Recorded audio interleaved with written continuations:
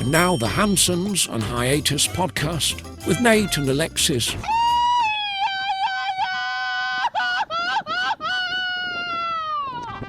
Happy Friday, fuckers. It is episode 151 of the Hansons on Hiatus podcast. I'm your host, Nate. This is my wife, Alexis. Hey, guys. How's it going? And don't forget to support the podcast. buymeacoffee.com/Hansons on Hiatus. You can buy us some virtual beers. We'll happily sip them, chug them, drink Chug them. Okay. Every time I chug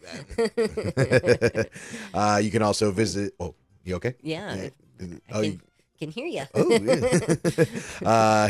Visit hansonsonhiatus.com. You can check out the merch shop there. We got all kinds of different designs for holidays and podcast stuff and dog stuff and kitty stuff. And What's up next? Valentine's. Lots of Valentine's Yeah. stuff. Puppy and kitty Valentine's things. Check it out. Yeah, for sure, for sure. We got all the links to the podcast there, and we also have a link where you can become a monthly fucky supporter. You can be a little fucky for $1 a month. You can be a medium fucky for $5 a month, or you can be a big old fucky for $10 a month. And we always love all of our fuckies paid and free. That is true. And we want to thank some of our paid fuckies. We want to thank Adam King, who is a big old fucky, Doug T, Luis, Justin H, Jose, Sydney, Luis, Manny, Spandex Thor, Brian P, Antonio, Chrissy, Christina, Stephanie, Kimberly, Tom, Miss Nikki D, Melissa, Eric, Lindsay, Jasmine, Jorge, Stephanie, Andrea, Brittany, Jackson, and Jared. Thank you so much. Woo.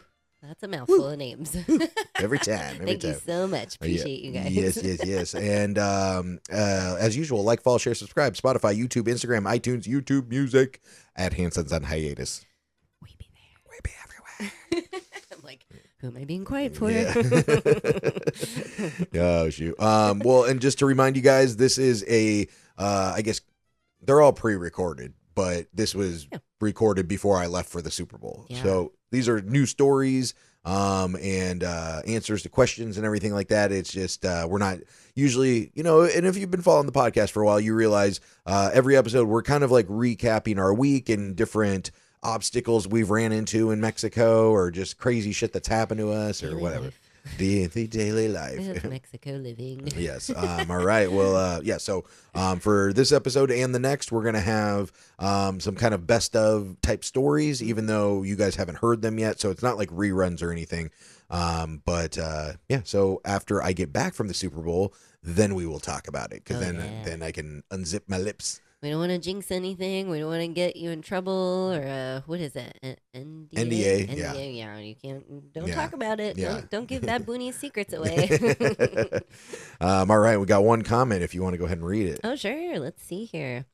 Tell all the guys in Plowdo Carmen to keep their grubby hands away from my sexy ass wife. Oh, was that you? Oh yeah, that's for me. I was like, what Nate is saying that? Because we know a couple Nates. Oh, yeah, true. No, I so figured funny. since we're not reading the comments from week to week, I figured I'd put one in there for That's you. so funny. Thanks, Yeah, Steve. you tell them to stay away.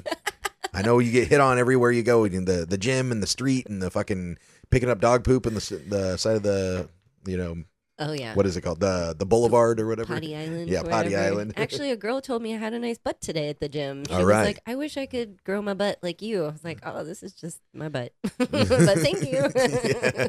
You need more chocolates. Yeah. No, you'd really eat chocolate, actually. No, I mean, you do, but not like, you're not sitting there popping bonbons or whatever. Does chocolate grow your butt?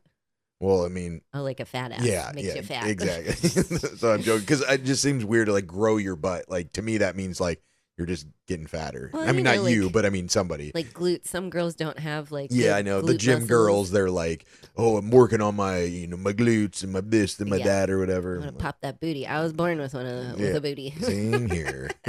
You were. You do have a nice booty. Oh, shoot. Anyway. Anyway, This got awkward. Yeah. Well, anyway, yeah. You tell them bitches to keep their grubby hands off you too. Girls and guys. Dicks and vaginas everywhere. Oh my God. Lassos. Okay. Okay. So we have a listener, Brian. And actually, it's kind of funny. I'm kind of friends with him, but I've never met him. Okay. And Another one. Yeah.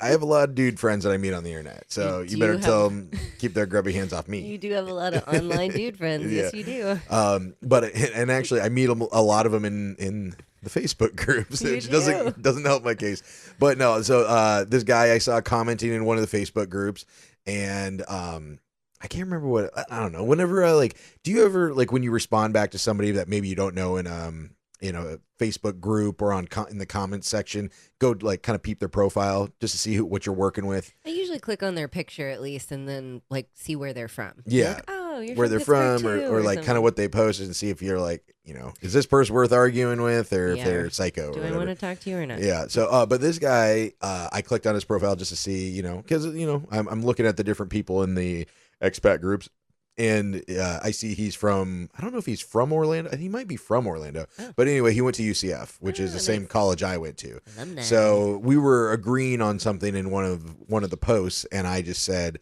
I was like, hey man, I was like, go Knights, or like charge on, like kind of like, hey, we went to the same buddy. school. Hey, what's up, buddy? So we kind of like became friends, but he's like a true digital nomad where he only stays in a country for like 4 or 5 months or something. Like I think right now he's in like Georgia, the country, or somewhere maybe Belarus or something. I don't know. He's snow skiing over there, and so I like we're friends, but like we've never actually met each other because I think we tried to meet up for New Year's Eve when we were out, but it just it was chaos, or not New Year's Eve, sorry, Christmas Eve. You've met a couple of good guy friends here that Yeah. actually they live here, but you met them that way too. So Yeah, exactly. I So approve of this. so yeah, he had posted, and he didn't start listening to the podcast from the beginning. We're at episode 151, so Yeah. it'd be quite a bit to go back because he Gotta asked catch up. he asked me these questions about how did we decide to move here and everything, and so I was like, this will be a good, I'm going to hang on to these questions. They will be good ones to answer on one of these episodes where we're not talking about our week to week or whatever. So for people that have joined the podcast late, we are going to kind of recap of how we decided to move to Mexico, why we picked Playa del Carmen, and then answer some of Hayes' questions that he had about it. So, yeah. So we moved here in 2021 in September, and I was working at the radio station. I was the executive producer of the morning show on Rock 100.5, and you were working for a logistics company in Sandy Springs, technically? Sandy Springs, yeah. So we're both in Georgia, and it was 2021, so we were Went through COVID. yeah, we're still, it was still kind of in COVID, like when this was all starting to go down, and so Playa del Carmen, I started coming here in like 1999. I started coming with my family on spring break, and we came here for like, I don't know, 5 or 6 years or something. And spring break. So we'd come down with like my parents' friends and then their kids, which were also our friends, when we were kids or whatever. So we came down here, and it was called the Puerto Real at the time. And now I don't even know what it is, like the Hyatt Centric or something. Since we've lived here, it's changed like 4 times. It's a Wyndham Allure, I think is what it's called now. But anyway, so I came down with my family a bunch when I was a kid. Then when you and I got married in 2017. Yeah, excellent. Yes. We got married in Georgia also, and we were looking for some place to go for our honeymoon. And you had always said, and sorry for people who know the story, but we're just retelling it for the new listeners. No, that's great. Yeah, probably long overdue. After 150 episodes, we probably should have recapped it sooner. Every 150 episodes, we recap. Yeah, we will. In 3 years, we'll do it again. Yeah. Talk to you soon. But so we were looking for somewhere to go for our honeymoon, and we had talked about Greece, but then we eventually started thinking, like, after getting married and planning everything and stuff, and then going on a European vacation where, we knew Greece would be like, we're backpacking around, we're going to be bouncing around from island to island. It's not going to be like lay on the beach the whole time. Yeah, and we were tired after that. Like you're saying, all the planning and this and that from the wedding, and the family was in town and people were leaving. We were like, oh my God. Yeah. So I was like, okay, well, I know this place that I used to go with my family when I was a kid, Playa del Carmen. And so why don't we try to go there? It's very close. It's beautiful beaches, really good food, nice people, everything. So we planned that for our honeymoon, and we went. And do you enjoy it? Loved it. Yeah. I fell in love with, I had never been to Mexico at all. So fell in love immediately with Mexico. Like you're saying, the food, the people, the culture, the weather, just like you're seeing monkeys and birds and all sorts of things every day. There's always something going on. So I just immediately fell in love. Yeah. Yeah. So, and that was in 2017. So then 2018, our first year anniversary, I was like, where do you want to go for our anniversary, for our first anniversary? And you're like, Let's go back to Mexico. Let's go back. You Yeah. loved it here. You know, you're like, I love the food and the juices and the fruits and everything and how your It skin was like feels. a And lot of bang for our buck. It was like you could get all the things you wanted on a vacation, relaxing and excursions and all this. It was quick to get here, easy to get here, cheap. It just Close. checked all Yeah, the yeah. boxes, Cheap, yeah, you quick. know, everything. Yeah, exactly. So, so we came back for their first anniversary in 2018, and then we did it again in 2019 for our third anniversary. Or wait, second, I guess, right? Yeah, second anniversary. And then midst of 2020, we still came here because Mexico was like kind of one of the only places that was open. That's really why Tulum blew up. I mean, like Tulum was like a thing, but like, they didn't really have like testing requirements. I mean, other than like maybe coming in the country or something, but it wasn't like you couldn't go into certain restaurants or, I mean, that's a whole Not different as many conversation, but restrictions. it was like testing was not cheap. So they kind of just went by masks and everything else. So, you know, a whole nother conversation, but anyway, so this was an easy place to come to, especially in 2020. And then I think that's when I kind of started thinking, and this is, one of Brian's first questions, what prompted the move? And I think when we came in 2020 in September, and then 2021 March, I think, is when we came for your birthday. That's right. We went to Cozumel. Yeah, we decided to do Cozumel for a week. And I think about 2020, in September 2020, and then even between then and your birthday is when we kind of decided, because we were both working corporate jobs, and I, you know, even though I had a good, fun job, we weren't allowed to go to the radio station at a certain point during the pandemic. So then I had to start broadcasting from our host house, and then and then also our house. So I wasn't super happy. I wasn't happy, even though I had the fun job wasn't happening anymore, because, you know, I was like going into the studio, we'd have different celebrity guests in, we were doing bits and having people in the studio and stuff. And that kind of all went away.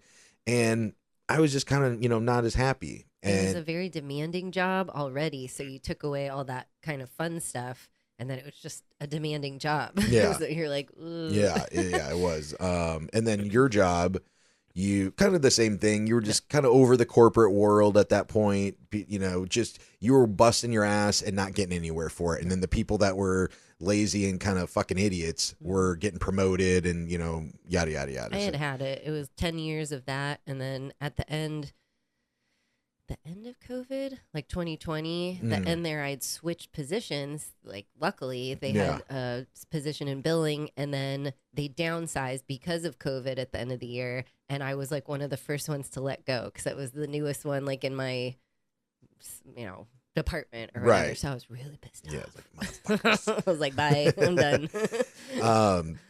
So I was kind of like pitching it to you after we came in September, and then in between your birthday, and I was like, let's move. And you're like, how are we going to do that? Like, we have, you know, like our lives here, I think basically. I called you a fucking idiot. Yeah, you were probably. like, let's move to Mexico. I was like, are you stupid? We can't just move to another country. Our moms will cry, and there's so many things, and we have dogs and a house and all this crap. Yeah. And then when you got let go from your corporate job, you were just kind of like, yeah, fuck that. Like, you'd worked for that company for like 10 years, and they just Didn't even drop care. of the hat, you didn't matter. And I think that's probably what prompted the move, was we just realized these companies don't give a fuck about you. And I mean, and I know people used to have jobs like that where they did, and you get the gold watch after working for 50 years or whatever, but it's not like that anymore. Companies treat people very, like, they're very expendable.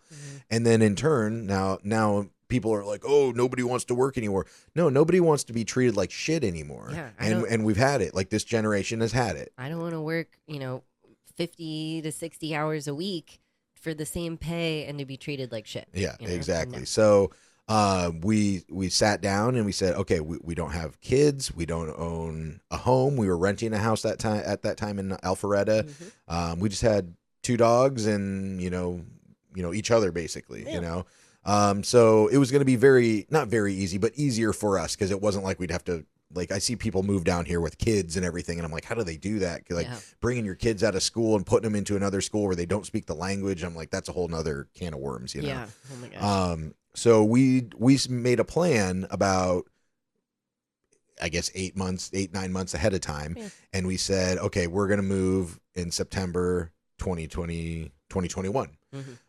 So when we came down for your birthday in March, we stayed at the place we were going to move into temporarily for a month just to see if I could broadcast remotely. Because the plan was I was like, hey, if I'm going to, do a job that I'm not really happy with, I might as well, change my location. Yeah, because that's why I was like, we can live anywhere. And when I had first approached you with it, I was like, we both work remotely. Like, we can live wherever the fuck we want. Exactly. We don't have anything tying us down. So we started. Our lease on the house that we were renting was up, and so then we downsized from like a 3-bedroom house to like a 1-bedroom, that was a 2-bedroom apartment for like 6 months. And we, had garage sales, and we sold everything we could. And we sold our cars and, yada, yada, yada. And so, and then after that, and we just had a couple boxes that we kept in storage. Cause I kind of had pitched it to you, like, let's just do it for a year, cause you were a little hesitant. So I said, let's do it for a year. We can always come back. We don't have anything tying us down there or down here or up there or anything. So we can always come back. And so I think you kind of agreed with that. And once we pitched it to our families, I think we told the moms first, or maybe your mom and dad first, and then my mom, and then my dad. Yeah. But the moms, shockingly, were very supportive. Yeah. Well, my parents, we told them together. We were at, there's a brewery in Atlanta. I was just talking about it. I can't think of the name of it. Oh, yeah. I can see it we have a picture there. Cultivation. It's like cultivation or cultivate brewing or something like that. Yeah, anyway. But yeah, I remember being there, and we told them, and we thought they were going to be really upset or like, no, what are you doing? And they were like scared. They're like, what are you going to tell us? Yeah, like, they thought they're going to say we have like cancer or something like that. We want to move to another country. How do you feel about that? And yeah, they were very supportive and everything. So yeah, we sold, most of our stuff. Came down with 2 backpacks and our dog. Unfortunately, Pharaoh, one of our dogs, had passed before we got to move. But it was probably a blessing in disguise because it was much easier for one dog to have one dog down here. Very easy. And the other one was so white and pink. I don't know how he would have survived in the sun down here. He's part Chihuahua, so that would have been great. But he was just so, pale. Yeah. He was going to be burnt. But yeah, so that's what prompted the move. Just the bored with life, not life, but we had a great life in Atlanta. Like, I loved it there, but like bored with our work. We're looking for something different. We didn't have a future planning to, the normal future of white picket fence and a house and kids and, yada, yada, yada. So don't want it, don't need it. Yeah. So we were just looking for a new adventure, I think, right. Cause we had lived in Florida. We moved up to Atlanta, just on with my job, hoping that it would be great. And it was, and we had 7-8 great years there. Oh yeah. But that's what prompted the move. And then one of Brian's questions also was, was the reason met, or did something new emerge as the reason why you stayed? So I think I would say the reason was met. Like, the reason we left was looking for a new adventure, get out of the corporate world. We eventually, I didn't even get to this, but the radio station 9 months ahead of time said, oh yeah, that, my boss, no, shouldn't be a problem. You could totally do that. You work remote or whatever. Then about a month before we moved, my program director and then our operating manager got on a Zoom with me, because we're still COVID times, and was like, yeah, so we don't know how to tax you down there. And I was like, that's fine. Lots of people work all over the world, and they get their corporations tax them like it's $1 million, maybe $1 billion company I had worked for. You can figure it out. Yeah. And then I can't remember what else they said, and they came up with 2 other excuses. And I go, all right, because I was kind of pushing back, and they didn't really have good answers, and I was like, okay, I see here. You guys just don't want to make it work, which, totally fine. But I'm still moving. So whatever. And before, my degree in college is a web developer. So I was like, I'll just do freelance, web development, until I figure out something different. Yeah. Exactly. So when I moved down here, it was the reason met, or did something new emerge? I think it did. Like, I think the reason was met. We wanted something different in our lives. We wanted to change, and we found it. I think also too, like when COVID was happening, we kind of got on like this health kick, which I guess with COVID, you could have gone one way or the other. You super get into being healthy, or you just, you're home all the time and you're just eating bonbons or whatever. Both are acceptable. But I think because you built a gym pretty much in our garage, and we started being all healthy and stuff. And I think that like carried it on to here. And we realized, we can live a healthier lifestyle and still keep doing the things that we love and want to do. But here, everything's a little more fresh and natural and not processed. And of course, they have all those things here too. But there's more options, healthier options, and walkability, of our area. And Right. I think that was very enticing to us because we have always lived in the burbs, had cars, this and that. And it's very refreshing to not need any of that. Yeah. To be able to just walk to the grocery store or walk to your friend's house. And that's so then his next question is, what has been the biggest difference from expectations, both good and bad? I think, well, first, one of the main ones is we thought it would be far easier to learn Spanish. And truth be told, we did not put as much effort into it the first few years that we were here because we just thought, you always hear, oh, you'll be immersed in it and you can just learn and blah, blah, blah. Well, that was a very different expectation from what has actually happened is since we did, truth be told, we live in a touristy area. Let's be real. We understand that this is, the Miami or Las Vegas or whatever of Mexico. It's not normal. So there is a lot of tourists here that speak English. Therefore, there are a lot of Mexicans here who have learned to speak English. So, and we've said this many times, it's hard because we try to practice when we're out and about and they just don't want to do that. They want to speak to us in English. Yeah. And so I will say we have learned a lot. Oh, for sure. Even if we weren't doing Duolingo or anything like that, just conversing with people, taking taxis, going to the grocery, going to the laundry, reading signs, listening to people. We have learned a lot more than we came with, I feel. Oh, yeah, for sure. Yeah, so any expectations that are different than what you thought? I think, I don't know. I think it's not even expectations, but letting go of your kind of American lifestyle where everything's internet's there, water's there, everything's reliable. If it's disconnected, then you're, it'll be reconnected in a minute. You have to learn patience here. You have to be very patient with people who run slower. Everything's not as reliable. Not saying it isn't reliable, but it's a little less reliable sometimes. So you just have to figure how to slow down. Yeah, exactly. Because everything is kind of, even though government or companies or whatever are kind of idiots everywhere. You're just why would they do this or whatever? There's a lot of things here. And it's why would you do this? So you can make this better. Yeah. And it's just to me personally, there's some aspects of life here. There's not a lot of common sense on how things are done, but that's everywhere. Yeah. So that was kind of, expectation that I wasn't really expecting, but I didn't realize till we got here. And, and also, I think just realizing, when we always say, Mexico, we say something as Mexico is this or whatever.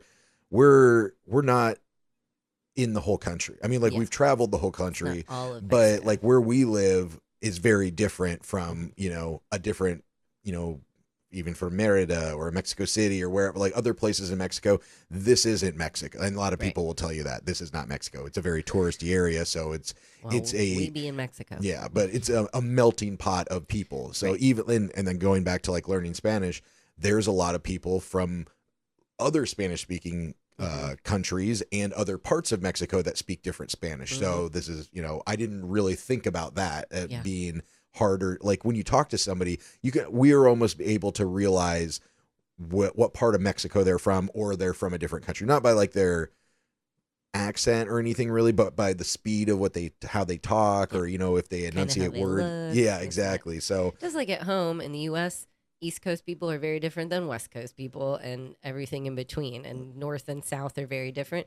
Same thing here. There's a lot of different. So we're also learning that too. It's not just, hey, I'm Mexican and this is Spanish. It's, Yeah, and that's probably different. Part of our problem as Americans or as people from the United States is we've realized nobody knows shit about Mexico. No. Most Americans can't name more than 3 states in Mexico probably. They just think Mexico, that the people in the U.S. think of Mexico as a country and not as individual states. Right. If you think of the U.S., somebody says they're from Texas and somebody else says they're from California or Miami or Maine or something, you're going to know kind of what type of person. Stereotypically, but you're going to know that those are different people and they have different, upbringings or different atmospheres and stuff. And so I think we didn't realize that about Mexico so much. You kind of just think of it as a whole. I loved it when we first moved here. Some of our family members would send us news articles of how dangerous Mexico was. And every time it would be at the border, the U.S.-Mexico border, like Tijuana, Texas area. And we're like, we don't live anywhere near there. We are pretty much under Alabama. We're all the way on the East Coast, like Florida area. So it's just really funny. Like, I think we educated a lot of our family about Mexico and kind of breaking those stereotypes, because we've talked about this a lot, and sorry to get off track, but as Americans, you're watching movies and seeing these things like Mexicans are dangerous, Mexicans are scary, this or that. Or that's how they always portray cartels. Just like in the 80s, the Russians were, whatever. Yeah. Now it's, or not now, but like a movie and thing. I just remember learning things or watching things on these movies and then coming here and be like, that's not true at all. Yeah. I'm sure there's bad people in every country. There's bad areas in every country, but it's not everyone. It's just like at home. Yeah, exactly. I mean, even just like in Atlanta, like where we lived in Sandy Springs or Alpharetta, if you said Atlanta's dangerous, I would say no. But if you went downtown to certain areas, you might say something different. Exactly. It's just it's very pocketed. Just like any country or state or whatever. So, okay, next one. How have you changed as a person? How have you changed as a person? Oh, I think we're shinier, brighter, happier, healthier. Hopefully. Probably. I would say you are more outgoing. You have gotten out of your, not like you were like this, I can't talk to people, homebody or whatever, but it makes me happy to see that you'll go out, you've gone to like, was it salsa lessons or bachata? You like went to dance lessons and you're doing Spanish classes now, like one-on-one, and you go out to dinners and paint nights and stuff like that. So it really makes me happy to see you go do things with your girlfriends, on your own, a little bit out of your comfort zone. Yeah. So. I thought you were going to say, because there's a certain way you dress, and as a woman, you're dressing different, especially like, let's just use Atlanta again as an example. You're dressing a certain way, your hair's a certain way, your nails are a certain way, your makeup's a certain way. There's a lot of things, because if I wear what I'm wearing here in downtown Atlanta, people are going to look at me like I'm crazy and be like, what is wrong with you? This, a laundry list of things. Here, it's acceptable to not wear a bra, to be naked, like half naked all the time, to be a little more outspoken and friendly and talk to strangers and this and that. So giving up like the bras and we're always like, covering up, you got to cover up, you got it, don't show a nipple, don't do this, don't do that. And I finally like let it go. I think it took us both a while to actually get rid of that kind of American stress, like go, go, go. We always should be doing something, working or making sure we're I still have a hard time with like, I've bitched about this plenty of times. We're walking down the sidewalk.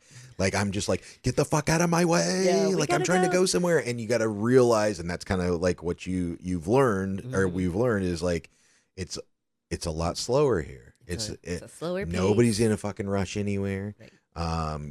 Maybe I'll be there at 3 on Friday might mean I'll be there at 6 on Wednesday. It's like there's no, and that's still hard for me to like get used to. We have like, I want to call them like fresh friends that live here now, or like new friends. And they're still, we'll see you at 3. We'll be there. And they'll be early, like 15 minutes early. And we show up. We're not late people, but we know no one's going to be there at 3, so might as well show up at 3:05 or 3:10 and take our time. And then, we're telling those friends, you got to relax. No one's going to be here right on time. It's just the way it is. And something about Playa, it's like a time warp. You'll, just before we were recording this, I took Monito out for a potty walk, and I ran into 2 girlfriends, and I was out there for like 30 minutes, and it was supposed to be like 5 minutes. Yeah. So it's just there's like a time suck here. And that could go with the expectations too. Is like we didn't realize, like first of all, we've never lived in a place like with a downtown walkable area. Like we don't have a car or anything like that. So we've never been in the U.S. In the U.S., like every place we lived, you'd have to get in your car to go get like a soda from the store or something. Like here, we just walk downstairs, walk out the door, and you can run into 5 friends, and have conversations and plan things. So just like the life by the seat of your pants is like definitely a difference now than it was so much there. And I think now we're just realizing every day is not going to be the same. You can plan your weekly schedule, but it's always going to be different. I think we're slowly but surely kind of going, I understand, where we used to get upset, like I needed to do these things, but at the end of the day, we get it done. It works out. We figure it out, but every week is never the same. Yes, here. exactly. Okay, let's get through these a little bit quicker. Okay. Real quick, as you change as a person, same with me. Like I feel like I've got out of my comfort zone a little bit. Like I'm an already outgoing person, but like starting to do like tours where I'm a tour guide, and riding in a van with the Mexican driver where we cannot understand each other, and we're figuring out how to understand each other, and then like pretty much pretending like I know what the fuck I'm doing. Like I mean I know what I'm doing and I know the information and stuff, but like when I'm doing a tour with these, with a family, they don't like, they think I've been doing this for fucking 10 years or something, like they don't realize like I'm pretty new, at this too. So, so that getting out of my comfort zone as well. Okay. Next one. Would you have changed this way if you stayed in the United States? I don't think so. No, unless No. we moved from, no, not saying like Georgia or Atlanta was like making us who we were, but you kind of adapt to your surroundings and your lifestyle and your friends and your family there. It is very well, yeah. Here, I mean, it's multicultural in the U.S., of course. Like, I'm not saying that you don't interact with other cultures, but here you really interact with other cultures. And as I've said many times, you have to get very okay with yourself feeling like a fucking dumbass on the daily, whether if it's not understanding, something language wise or culture wise, or just how something works or whatever. Like you just have to get used to being embarrassed and get over it. Yeah. Outside of our comfort zone exactly. on a daily or weekly basis, at least. But you really get to understand the bigger picture and learn when you start learning the history. Like, I don't think we really knew a lot about Central and South America, and so now living in Mexico, we're interacting with a lot more, Venezuelans and Argentinians and Chileans and stuff. So like you in the States, you kind of just think of everything as like, Spanish speaking culture, but like you don't realize all the nuances of every country and, things like that. So in the history, I've gotten better at geography for sure. Oh yeah, for sure. Because I'd be like, I couldn't point out half of these places, and now I can. Okay. And the last one, gratitude and faith in others. How has it changed in Mexico? I think Mexico has definitely humbled us. Yeah. You want to say it that way.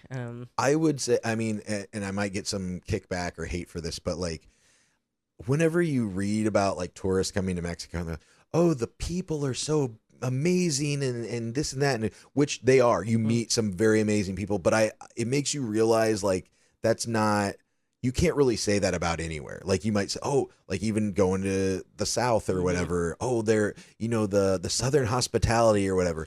I'm sorry, I did not fucking experience Southern hospitality at all in Georgia. I met a lot of very awesome, super nice people, but I wouldn't like take a step back and say as a whole, I could say this whole state or this whole area or this whole region is like that. And I'd say the same thing about Mexico. There's a lot of fucking dicks here. Yeah. There's a lot of people that are very rude and they don't care about anybody but themselves, but we've made so many good friends here that are like that. They are like very accommodating. Like they will, give you the shirt off their back and they will drop everything to come help you and stuff. So I would say, I wouldn't say that is a thing, at least in our experience, worldwide. Like it's very hard to say like a country is very friendly or, this area or whatever. I would just say it's person to person and it's who you interact with. Yeah. So, And this is a little different, but I think like going back to the humbling part of us seeing, people that are less of course here there's people that are very fortunate and there's people that are less fortunate and there's less fortunate animals and this and that.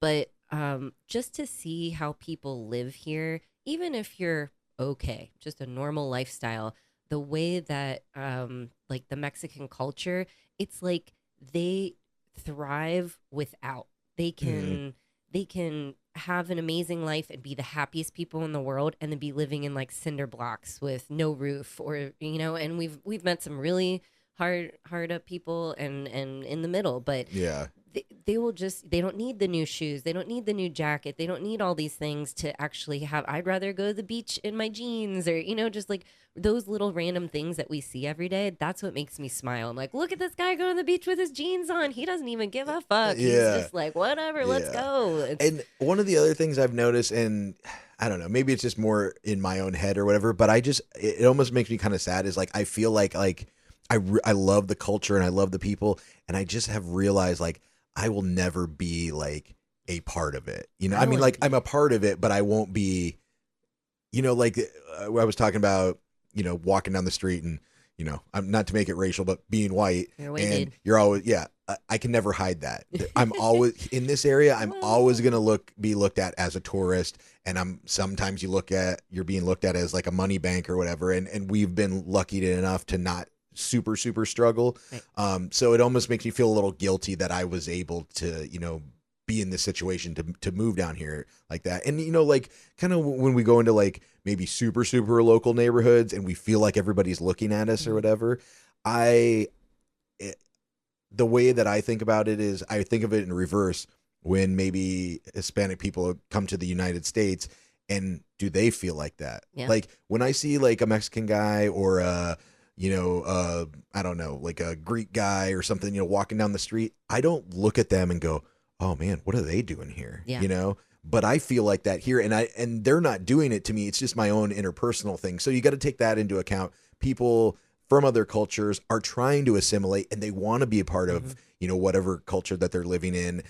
So maybe just treat them like that because I want them to not to feel the way that I feel like sometimes when it's in my own head. I'm not being treated differently, but it's something that they're probably experiencing as well. Oh yeah. I have so much respect for people that just like we move to another country. We're lucky enough that there are so many English speakers here because if we got dropped in like Puebla or Oaxaca or somewhere, that's 100% Spanish speaking, we would feel like super dumb, but welcomed, I'm sure. Yeah. Oh yeah, for sure. And we would learn it, quicker. Yeah. Probably if we were in those situations. So this year, maybe. Yeah. But anyway, great questions, Brian. Yeah. Like super, like those are really good questions. And anybody else that has questions like these, please shoot them over to us. Comment on the episode or send it to at Hansons on Hiatus on Instagram. Yep. So thank you so much, Brian. Really, really great. That was a good recap for us too. Yeah, it was. Remember where you came from. Yeah, exactly. And what we're doing. But yeah, and please don't get this wrong. Like we are so thankful to be here, and we love being here. We're very lucky and very appreciative of everybody welcoming us and letting us be a part of the culture as much as we can be. So and I don't know about you, but I'm channeling my inner Latina with my Spanish classes. Goes back to the butt again, doesn't it? Okay, we'll get to a couple other little things here, and then we'll do. Should we do Getting High with the Hansons? Yes. Okay. We haven't done that. Okay, so we'll do. Let's see. Here's something I saw, or no, this happened to me, and actually happens to me kind of often every now and then with certain people, and I've never seen this before. So we've learned the handshakes here because like U.S. there's a bunch of different ones. You get the hand, and then you do the hug like with one arm over the back or whatever, or you do the fist bump or whatever. Here it's usually the slap and then the fist bump. Oh. Like whenever I go to the beer bars, slap, fist bump, what's up, kind of thing.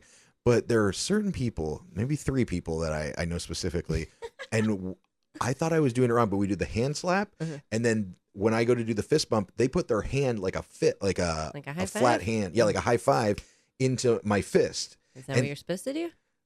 I don't know. Oh. So like that. Well, so I thought I was fucking up because I was like, oh, maybe they do a hand slap and then they're doing a high five. So one time in the middle of it, I switched and did a high five, and it felt super awkward. But I noticed they do it every time. So I think there's some kind of, and I don't know if it's a certain culture or whatever, but they do the hand slap and then the fist to the open palm. Maybe it's like next time do like scissors, like rock paper scissors. Be like beep beep beep, shoot. Like cut his little paper. So if anybody knows the answer to this, I would love to know because I always feel stupid when it happens. You have to worry about the handshake. Women, everybody wants to kiss me. Oh yeah, either the side, the little. Oh yeah, that's the other on the cheek. Which is fine, but then I smell like the men's aftershave, which I don't really appreciate, or, I feel it. I'm just like, okay. Yeah. Or they almost try and like pretty much kiss you. I'm not kissing you. I don't fucking know you. Even if you're my friend, I'm sorry, I'm not kissing you. Yeah. I don't kiss my Well, friends. and that's the other thing is since there's a lot of, we have friends from Australia and Ireland and Europe and, all over in South America, everywhere.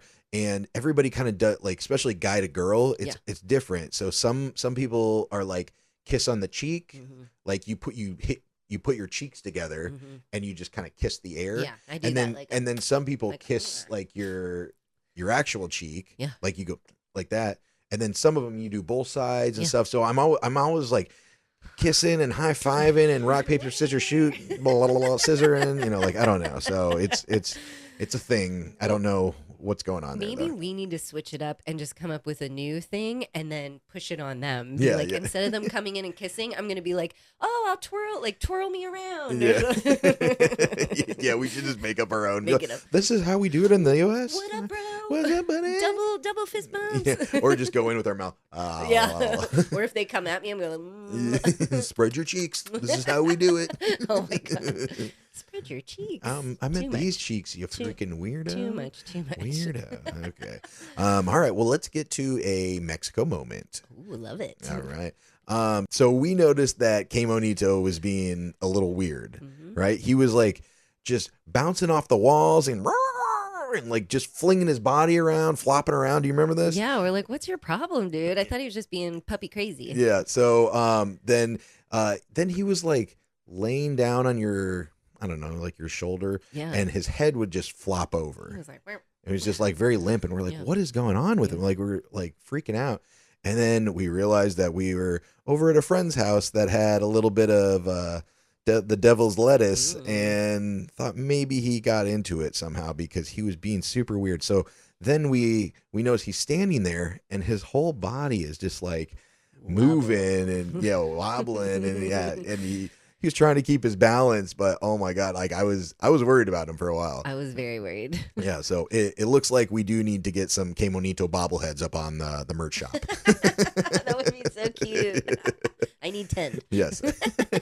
But we did find out that, we think he ate like a little roach out of our neighbor's like ashtray or something like that. So he was high as a motherfucker. And I don't want to say like, thank God we knew what was going on, but thank God we knew. We because dealt with it. Tiger, back in the day when we first started dating, he did the same thing. And we were calling like poison control and the vet, like, what's wrong? And they're like, is there any marijuana in the house? We're like, oh, that makes sense. They're like, he'll be fine. Just give him food and let him chill. So K Monito was chilling for a good 24 hours. Oh yeah, he like till the next day. Yeah. Like it was like 11 a.m. and he was still fucked up. Poor baby. He's just looking at us like, what's going on? Yeah. I would love to see his view of us when that was all going on. He's probably like, woo, look at the colors.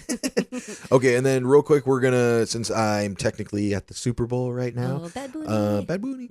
So I'm gonna go over a couple things that I'm gonna do in California, and then let me know what you're gonna do while I'm gone. Okay. So a couple things I plan to do while in California. Go to the Hanson distillery. Yes. So when you and I went there in 2020, we went to I think it's in Sonoma, like the Sonoma area. Yeah, Sonoma. And it's a distillery. They make like Sedona? Sonoma. no, it's Sedona's in Arizona. That's right. Yeah, Sonoma. Sonoma. Wine country. Yes. It's like the new Napa Valley. Yeah. Cheaper. But they have a distillery there called Hanson Distillery, and they make like different flavored vodkas and stuff. And Really cool. yeah, what was that lemon one? What's the Limoncello? what's that one kind of lemon? Like it's like a type of lemon. Oh, the Meyer lemons? Or Yeah, the- maybe it's something like that. Yeah, but that was super good. Give me a hat. Yeah, but so I want to go back there and get some merch because I had a shirt, but I got holes in it and stuff. So Oh, man. doing that, and then I'm going to go. There's a Russian River brewery that is like renowned. Like we went there last time. They have this big flight where you can get every beer they have. There's like 19 or 20 beers on it. Biggest flight And I've then- ever seen. And then one of the OG IPAs, Pliny the Elder and Pliny the Younger, like these were like you had to get them if you went there. It was like huge lines out the door. So I'm gonna go there, do that. I'm gonna go to Alcatraz. I've been there before, but want to go back, check it out. I was gonna do a garage tour again. You and I did that. We went to the Steve Jobs garage where Apple was founded. And these are not like tours. Like we just looked up their addresses and went and took pictures in front of these houses. Yeah, and they have like a little plaque. It's like, hey, yeah. So the Hewlett Packard one, which actually is like a historical site, but it's still just a house. Yeah. And then the Google Garage. Oh, So yeah. I'm gonna do that. Google I'm gonna go hike the Muir Woods, where the big redwoods. Yeah. And when I fly into LA, I'll get to that next episode of how I got up to. Lots of logistics. Santa Clara. But I want to go to the La Brea tar pits. Have you ever heard of those? Yeah, that with the dinosaurs, right? Yeah, or it was like woolly mammoths. mammoths and stuff like that. But it's literally just like this open. And I remember learning about it in elementary school, and I've never been, and I've always wanted to go. I think that would be really So cool. me and my buddy Prince are going to go there. So I'm doing that. Dinosaur. And then in San Francisco, go see the Golden Gate Bridge as usual, smoke a bunch of weed, and go to get some of those, what are they, the clam chowder bowls or whatever. It's like a bread bowl. So jealous. Oh, yeah. Oh, my God. Remember. Yeah, they're so good. Clam and crab. They had crab Yeah, chowder, too. yeah, maybe it was like lobster bisque or something like that. Yeah. Ooh, Yeah, sounds so great. so those are just kind of some of the things I'm thinking about doing. What about you? What are you gonna do while I'm gone? Oh, you know my list. Lots of girly time with my girlfriends. With my and girls. With my girls. There's a couple birthdays too. Again, it's like January, February, March. Every girl's birthday, I swear. So we'll be doing that. Make sure I have some beach time with K Monito. Get him there. And, Yeah. we're gonna work on some more training while you're gone. So I find it a little easier even though you do the same as me, but if there's just one person he's going to, then I can really like crack down on him. Yeah, So get ready for that. And then me and your mom have some shopping trips planned, and I'm sure I'll be going to dinner with your parents a few times. Mhm. And then not my favorite, but deep cleaning and organizing the apartment. We're gonna purge. I always do it like right when you leave. I clean the whole fucking place. I put all the bullshit away, get rid of everything out of my sight, and then I just coast until you come back, and it stays so clean. I don't know why. Well, you want to throw away things that I would tell you not to throw away, so that's probably why. Can I keep this sock with a hole in it? No. Gone. No, Underpants that's with a not hole what in it it? would No. be. No, but it'd be something that we would need, and then in 2 months you'll be like, "Where's this thing?" I was like, "Oh, you threw it away." No. I'll give it away. All right, that's about it. Yeah. Yeah. No, that's nice. Okay, well, let's before we get out of here, let's do a getting high with the Hansons. Get high with the Hansons.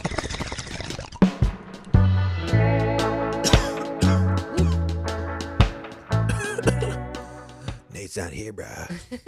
He's in Nate? California getting high. Who's Nate, man? Who's Nate, bro? This one, this is a high moment, and I don't know. It's not one of those like high questions where you're like, what if I could hear my hair growing or whatever.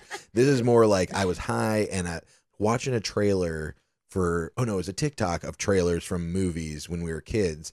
Oh, And I love those nostalgic TikToks. yeah, me too, right? I was like, I forgot. And one of them was, I think it was The Land Before Time. Oh. And I started tearing up. Break my heart. Yeah. And so then I was thinking, what other millennial movies that millennials typically watched, not just as a very young kid, but, like kind of growing up, made you cry then or makes you cry now? They all had like good meanings and a good lesson and a story to tell. Right. Learn to be a good person and evil. That's how sitcoms doesn't were, win, and Yeah, like Home Improvement or Family Matters or whatever, or Saved by the Bell. Like there was always like a lesson learned at the end of it. Don't lie. Be humble. Maybe that's what's wrong with our country now. It's like, they're not teaching the kids the same things. I know, right? Maybe they are. Yeah, we don't watch any. Yeah, maybe I don't watch these kids. Yeah, but yeah, some of the ones that I have, I'll read you mine, and you can agree with them or say if one of them's on your list, and we'll just talk about it real quick. So, The Lion King. Oh yeah, I just watched that the other day with K Monito. Yeah, and what's the moment that made you cry? When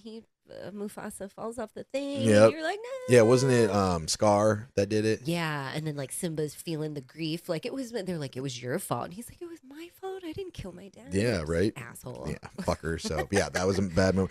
Bambi. Oh yeah. I mean, like the first 10 minutes of the movie, it's like, oh, how can we traumatize these kids? Let's kill the mother right away. It's pretty much any Disney movies, like get rid of the mom. Yeah, Why? no, that's what I was gonna say. There's like there's different TikTok videos where they go through all the Disney movies and they always like off one of the parents, and that's where the struggle of the the hierarchy of the movie comes from, or the archetype or whatever. So, yeah, Bambi is there. All Dogs Go to Heaven. Oh, I God, I remember crying there. I don't even know if I've seen it in quite a while because it would probably still make me cry. Yeah, I think I have put it on before to kind of watch it, and then just even the beginning, I was like, can't do it. I'm afraid to rewatch these movies now because it's gonna ruin my happy, positive. Because some movies we've watched and we're like, why? That's lame. What are they? It didn't make sense. But as a kid, you're just like, it's the best movie in the world. Yeah, yep. And all dogs go to heaven. I don't really remember the exact quote, but I just remember the cute little girl at the end, Charlie. Yeah. She called him Charlie. I remember them sleeping in that car. Yeah. Like they were poor. Yeah, and she yeah. didn't have a family. And, Yeah. oh my So, gosh. and then he fucking dies at the I end. And I was like, know. Jesus. Who's like, you know what we should do in this dog movie? Make him die. Yeah. Everybody. Yeah. My Girl. Oh, that's a good movie too. With was it Macaulay Culkin? Mm-hmm. Okay. Yeah, I remember he was allergic to bees, and then I can't remember the girl's name, but then she, she was bawling at the end, and that was, I don't know, like the movie's way of telling kids or showing like how kids dealt with death and grief and stuff as a young kid. I guess it was good, but Yeah. I still didn't remember any of this when my dog passed away. I was like, no one told me. I don't think it helped me at all. No. I was like, why does this keep happening? Made me more sad. I'm like, I know this. The Land Before Time, obviously, like the tree stars, and when the mom dies, like was she like protecting? She was protecting him from like a T-Rex. Yeah, what was the T-Rex's name? I don't know. Asshole. Something tooth, sharp tooth, Snaggletooth, Sharptooth, yeah. Sharp tooth. Yeah, and Ducky. Who's the other ones? Sarah. Sarah was the. Did you ever understand why her name was Sarah? No.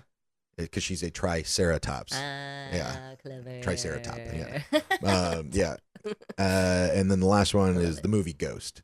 Oh yeah. Yeah. I don't know if that would make me cry now, but maybe when I was like, because it wasn't something I watched when I was like 5, but like when you're a younger kid, and then remember they're pulling the penny up the wall, and like I remember being like, instead of being sad, being like, that's fucking creepy. Yeah. But it's creepy, but then also kind of sad, and then sad and creepy to think about, like, shit, are there like dead people like around me right now watching what I'm doing and stuff? Yeah. Yeah. They're not. No. I don't Well, see maybe. anybody. I don't know. Maybe. Yeah. Sorry, Grandma. Yeah. Hi, Grandma. Yeah. But those are all mine. Do you got any of those that weren't on my list? Yes, I have. Well, any Disney movie, but The Little Mermaid. Oh, yep. And not so much sad, but like it is sad because she's leaving her world as a mermaid, becoming a man, marrying Prince Eric and becoming a human. The little burly maid. But when, I'm a human. But when they get married, and then the dad, King Triton, like comes up to the boat with his wave, and she's like, I love you, Daddy. And I'm like, oh my God, break my heart every time. Yeah, it seemed like it would have been better to have him turn into a mermaid. Right? Because like his life, I mean, even though he was like a prince or whatever, like he obviously wasn't happy. He's like, dating Fish Girl. So like you think he'd go down there and they live happily ever after. Could you imagine like their conversations after that? Like, wait a minute, you had an option to make me a merman or become a human, and you picked human? Yeah. You have crabs and fish that talk to you, and like magic and all this bullshit, and then we have pay taxes and bills up here. Right? Yeah, like, it sucks up here. And well, he's probably also he was rich. He was a prince. And he's a dude, and he wants to bang her. Because if he went down there, he'd just have to spooge his stuff into the sea, and she'd release her eggs or whatever, and they'd fertilize, right? Because she didn't have a vagina, and he wouldn't have had a dick. True. They did end up, there's like a sequel, and they had a kid, I guess. Oh, that's weird. I watched it, and I was like, I don't like it. Yeah. Anyway, sorry. Yeah. Little Mermaid, love you, Daddy. The other one of my mom's favorites, E.T. Oh, yeah. So, like, intense for a kids movie. Yeah, and it made you afraid of the government at the time, because they're like, these fuckers don't give a shit about him. Yeah. They just want to, like, study him. And Elliot, and he gets sick, and then they're in those. I know, they're in the. And E.T. was pretty creepy. I remember as a kid going to Universal, going on the E.T. ride, and it's still being scary. Like, he's not the cutest alien. He's like big, cute eyes, but he's fucking like sticky and wet. It's and super weird. Like, whoever, like, I'd love to do some more research who like designed that, because like that was not the classic alien shape or whatever, like usually it's the big heads with the big like black eyeballs, head, but no, he looked like a like They looked. Remember Alf on? Yeah. It looked like they shaved him and then like dipped him in goo or something. Like he just looked like a big piece of shit. It was like Alf and Wally, like the newer Wally, had a baby because he kind of has that weird geometric kind of like, look. Whoever did that is pretty creative because that's not anything I would have thought of for an alien. He literally looks like a giant turd. Yeah, but that one was always sad. But then it's happy in the end because you know whatever. This one, I don't know if this falls. I think it falls under millennials. The Notebook. It was 2004. Oh, okay.